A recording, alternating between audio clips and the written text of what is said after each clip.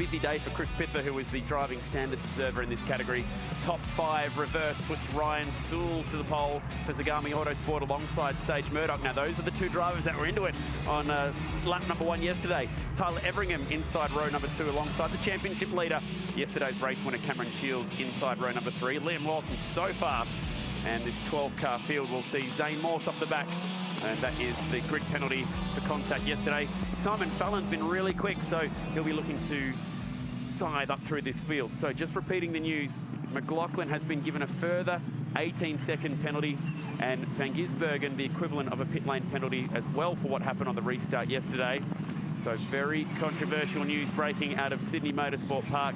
Nick Rowe, the championship leader, and that is the gap now, down to 38 points. Shields closing up by 7 in race 1, but still a long way to go. 5 races left in the championship. Now, those penalties.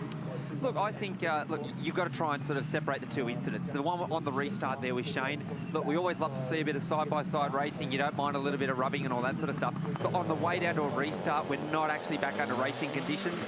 You can't simply do that. So look, whether the penalty's a little bit harsh, I'm not too sure on that one, but there needs to be some kind of penalty for that, because if you allow that sort of stuff to happen, then it's obviously going to go further. The incident down there at turn 2, then I think that's definitely more in line with what the original penalty should have been. He hit him once, he got into him. Shane had a little bit of a slide. He then got back to the throttle and got into him that second time, which ultimately saw him spin him around. So I think that's probably a much better penalty for the incident there with Scott McLaughlin. The fans are talking about it on social media all night long, and I get the feeling the debate will rage on until race number 18 later today. It's good news for Whincup and Coulthard. Closes that championship gap. Now then, let's grid them up. Cams, Jayco, Formula 4. This is their second race of the weekend. Ryan Sewell on that pole position alongside Sage Murdoch. Youth on the front row. 15 years of age, Sage Murdoch, pulling up from Newcastle on the front row alongside Sewell from North Lakes in Queensland, also just 15 years of age. The start's going to be critical here. We saw one person get a penalty yesterday for a rolling start, so all these guys will be on their toes. See a little bit of movement there. That's creeping, isn't it? Just needs to get that car stopped. Ready to go, lights are out. Race number 2. Great start, Nick Rowe. He's the aggressor, but Everingham's up the inside, so he's got no more room to move over. Liam Lawson around the top, and there's contact. Lawson goes spinning. Shields involved as well, and that could hurt his championship hopes. 3-1. Didn't quite work out. 2 of them were BRM cars, and thankfully, that wasn't a lot bigger. Open Wheel is trying to bang wheels into the first corner at Sydney Motorsport Park. That could have been worse, but 2nd and 3rd in the championship involved. Oh, Fallon's in there too. It's almost a carbon copied replay of what we saw at the start of yesterday's race. Going 3 wide there into turn 1, initial contact, but now we've got 2 cars off on the outside. We're definitely going to be under safety car conditions. 5 cars involved, 4 of them from BRM. Not what Mark Grundle and the South Aussie crew would have been hoping for. Now the Vodafone safety car is deployed. Oh, is that a broken rear wing as well on Harley Haber in P5? Could have just been the morning light. Something looked askew with it. No, it is broken. There it is. Sage Murdoch, what a shame, off the front row and pulled up and out inside turn 1. Hopefully these 2 cars can restart. It's Aaron Love in the Coco's restaurant on entry from Perth, and Simon Fallon, who started near the back of the grid. So it looked like Murdoch didn't quite get the best start off the front row, and a few drivers crowded up on him down that first corner. That is definitely a broken rear wing for Harley Haber. So that will surely mean a drive down pit lane to try and get that fixed. Now's the time probably to try and do it with the safety car out. Another disappointing run through turn 1 off the start for him. True. The poor guy just can't get a clean start. So Sewell broke free from the start. Rowe went up the inside of Murdoch. 4 wide into turn 1. And, yeah. And then there was a separate accident on the left-hand side of the road. So there's actually 2 accidents or incidents that's taken place. Let's ride on board with Liam Lawson. So everyone went over to the left-hand side, and he thought to just try and swing it around the top. And from there, you can see he's just a passenger. He tried to do the right thing. He went to the outside there. Obviously wasn't aware of what was going on the inside. A couple of drivers got crowded. Shields got pushed wide, and unfortunately for Lawson there, he's the innocent bystander. So what happened with the second incident? So we've got the first one here, 4 wide. Cameron Shields very lucky not to go for a bigger ride then. And then there was something else happened with Haber, Fallon and Love. Well, here we go. We'll find out now. We're on board with Aaron Love. Whoa, big slide. Oh, goodness. So Murdoch came back across the track on the inside. And there was heavy contact with Fallon. Love had nowhere to go in that. And Haber was caught up. So Fallon running up the back of Haber when Haber had to hit the brakes. This camera angle's seen some action this weekend. Wow. Cars flying everywhere. Sheesh. And that's a concertina result of what's obviously happened on the outside there. Everyone starts to go defensive, cars getting on the brakes, and you're always going to see secondary incidents like that when you see a group of cars going off on the outside. You can see Murdoch's probably the one that starts this. He comes across because he's got Everingham on the inside of him there, sort of pushing him a little bit wide. It's really going to be hard for, this is going to be a tough one for Chris Pither to sort of sort out as the driving standards advisor, because you've got 4 cars on the run down into turn 1. Everyone's sort of jostling for position. No one's actually done anything that bad, but when you've got 4 cars arriving at the first corner, all trying to vie for that same piece of real estate, you're always going to end up having that little bit of contact. And unfortunately, in this situation there, it's all started with Everingham just moving over a little bit. The concertina effect has then started to play out. So high drama here in Cam's Jayco Formula 4.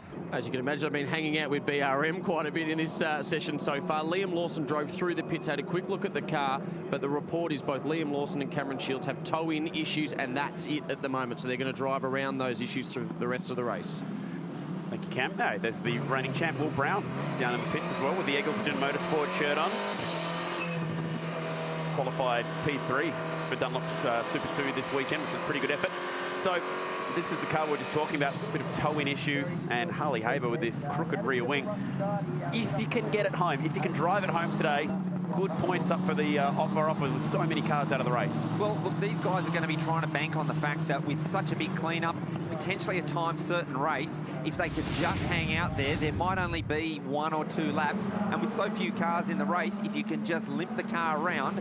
But the thing they've also then got to be careful of is that they don't sort of get the attention of the race officials and get the meatball flag, or the meaning that there's something wrong with their car. And we just see a car coming into pit lane now, and they don't get brought into the pits. Yeah, Harley Haber's come in to try and fix that rear wing. From Aaron Love's viewpoint, starting near the back of the grid. He made contact with the 21 yesterday. Didn't make contact with him today, but Simon Fallon certainly did. Not that it was Fallon's fault. A lot of innocent victims at the back of the pack there when Murdoch's car came hard left. For a moment there, he probably thought he was actually going to get a clear passage through there. He could see the incident further ahead. He saw the one directly in front. He's gone to go to the left, but to no avail. Let's just listen to this.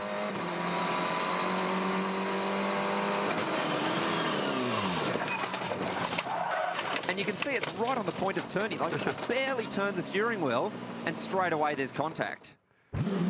4 into 1. It was ambitious. Wow.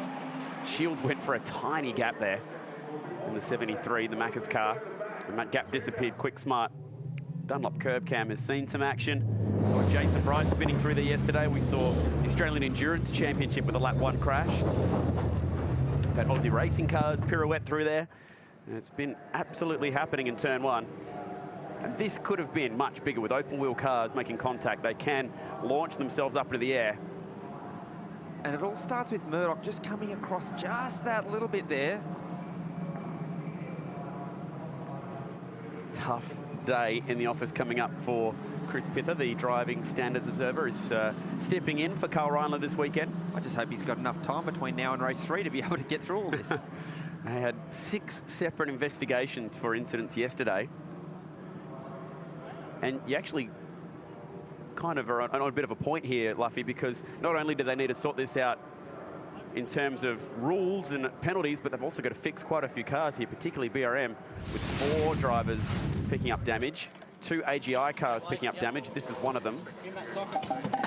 If they can get this car back out there, there's 2 championship points up for grabs. I think what you'll see these guys do is actually take the rear wing off this car, and like I touched on before, they're going to bank on the fact that this is going to become a time-certain race. If they can just go out and circulate around, obviously they've got to have the car out there in a way that there's no sort of mechanical bodywork sort of hanging off it.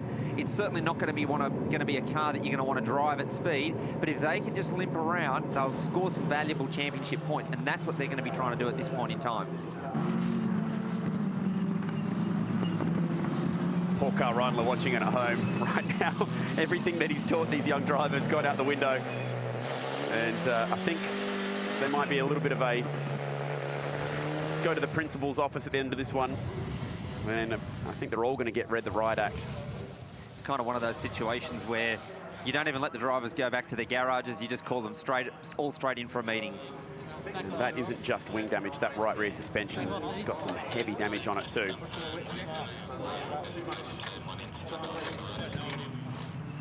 The good news is we'll get a restart shortly, and this will go on for another 8 to 9 minutes, so we'll try and get some laps in. 9:38 local time will be our time certain finish. We're just about on 9:30 when the restart will happen, so 8-minute sprint to the flag. Ryan Sewell has been keeping heat in those Hankook tyres. Nick Rowe, P2, and he will extend the championship lead here unless Liam Lawson can try and get some points back, and Cam Shields as well. So Shields 7th, Lawson 8th.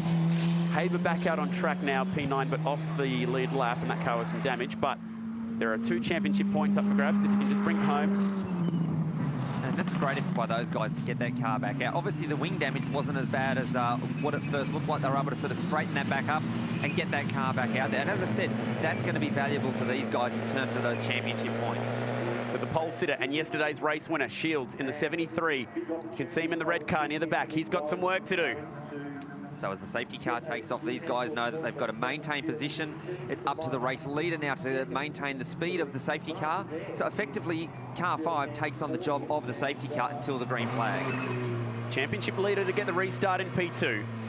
2nd and 3rd in the points will start 7th and 8th. This is one of the drivers we'll be watching for. Liam Lawson. Slowing them up. Nervous wait. This could be on again at turn 1. Still picks up the pace at the exit of the final corner. It's a nice restart from the 15-year-old. Down the hill we go. Green flag back in the air at Sydney Motorsport Park. And look at the slipstreaming.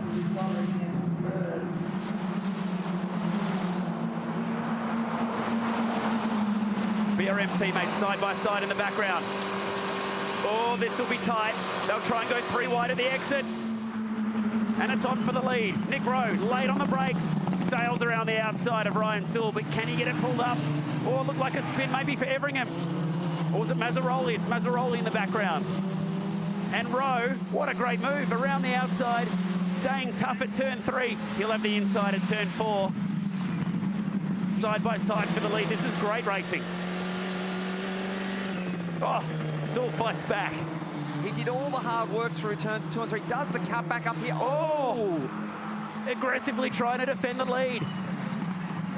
If anything, Nick Rowe was too kind on the run from sort of turn 3 and down through sort of turn 4. He did the hard work through 2. He stuck through turn 3 and just was probably a little bit too polite on the way down into turn 4 and gave Sewell the run down and around the outside of then turn 5. Well, Nick Rowe nearly went for the fake throw to the left, get up to the inside on the right. The 1-2 punch, but decided to fall back in. Aggressive racing for the lead. Big points up for grabs. Great to have Australian unity on the side pods for Nick Rowe this weekend. Keep an eye on the CAMS website. There could be some more news midweek concerning that. Still trying to break that toe. Now, Sewell knows that Nick's going to be a fan of trying to go to the outside down at turn 2. He's got a much better run onto the straight this time. Nick's not quite close enough this time. And Morse, nice move up the inside. He started this race in last. He's now P3. He is the quiet achiever here. Young man from Canberra doing a great job as he moves on up with that CAMS Rising Star sign on the side pods. Paul Mazzaroli just losing the rear end mid-corner on that restart at turn 2. Good effort from Cameron Shields to sneak through. And that was just a case of cold tyres on the restart. Whilst we are sort of lap 6 of the race. That was lap 1 effectively, so cold tyres still coming into play there. Shields has driven back up to 5th, and he's nearly in this lead pack. So started P8 on the restart, actually make that P7, and has managed to scrounge a couple of spots. He would dearly love to catch up to Nick Rowe. Try and limit the championship damage here. So for Nick, it starts with getting a good run up through here. Any move that he's going to make at turn 2 has to start with getting a better run up through the final couple of corners here, get a good run onto the straight, and then get in for that slipstream. You can see there, gets a good run there, throws it down the inside. Great move. Small mistake there by Saul. He just ran that little bit wide, and if you get on the outside of that curb there, between the last 2 corners, it compromises the entry. And with someone like Nick Rowe behind you, he's always going to capitalise, but can he now come back? Wow! Was that contact there at nearly 200 k's an hour? Sewell throwing an aggressive block at Morse, and now we'll go the high line for the lead once again. Zane Morse is definitely the man on a charge here. Nick Rowe just wants to try and get away from these guys. He just wants to open up that lead, and here we see Cameron Shields thinking, yep, I'll join this action. Oh, Shields from 5th to 3rd in a couple of corners. Everingham now relegated to the back of this pack. Morse goes from 3rd to 4th. Shields is on a charge. How he got away without damage in that first corner incident, I don't know, but he is pushing on with it. Seriously entertaining race for the lead in Cam's Jayco Formula 4. Ryan Sewell has come from the John Bow School of Defensive Driving. That thing is about 5 lanes wide, that car 5. Man, he is not giving up any spots without a fight today.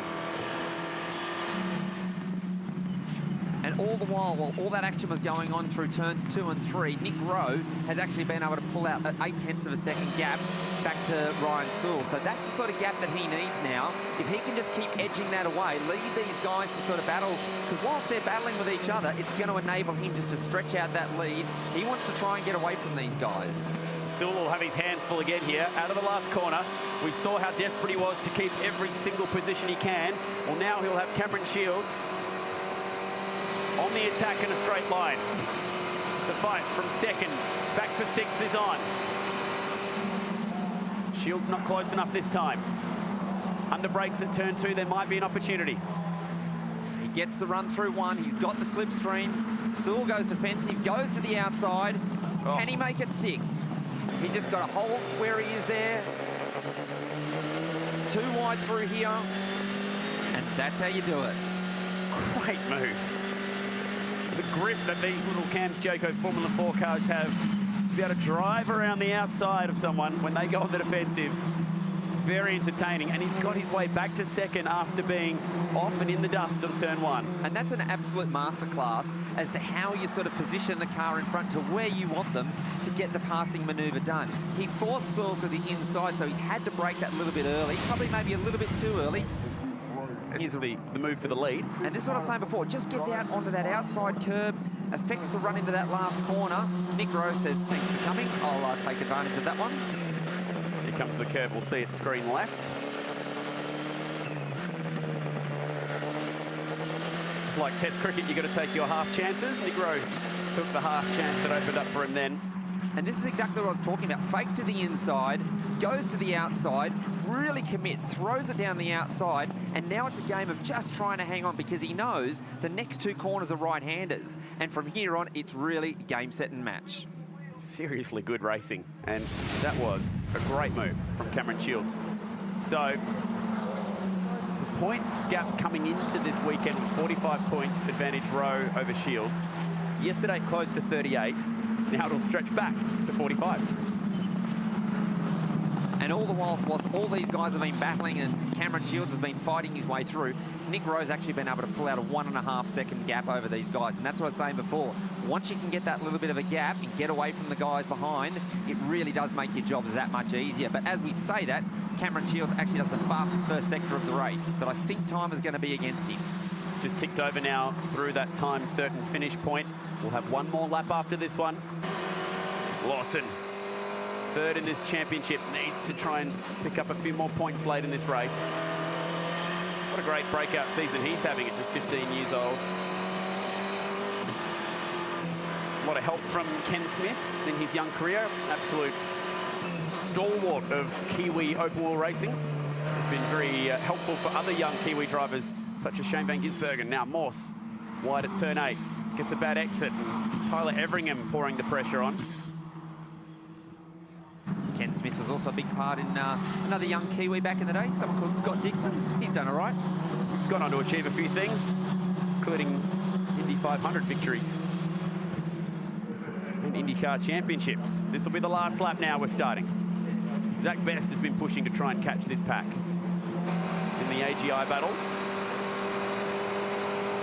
This is AGI's home race, and one of their drivers leading the way on the last lap. And Nick Rowe just responds with Cameron Shields putting in a couple of quick sectors with the fastest lap of the race so far, 31.81. Punches it out to a 1.8 second lead on that last lap. He owns the lap record here. He reset it yesterday in race 1 on fresh Hankook tyres. That lead, 1.9 seconds. Sewell has been fighting for absolutely every metre of Sydney Motorsport Park racetrack that he can find to be P3. Morse, Everingham rounding out the top 5. They might not have the biggest grid size as Cam's Jayco Formula 4, but they really throw down when they go wheel to wheel in this category. The racing always entertaining. And especially at tracks like this.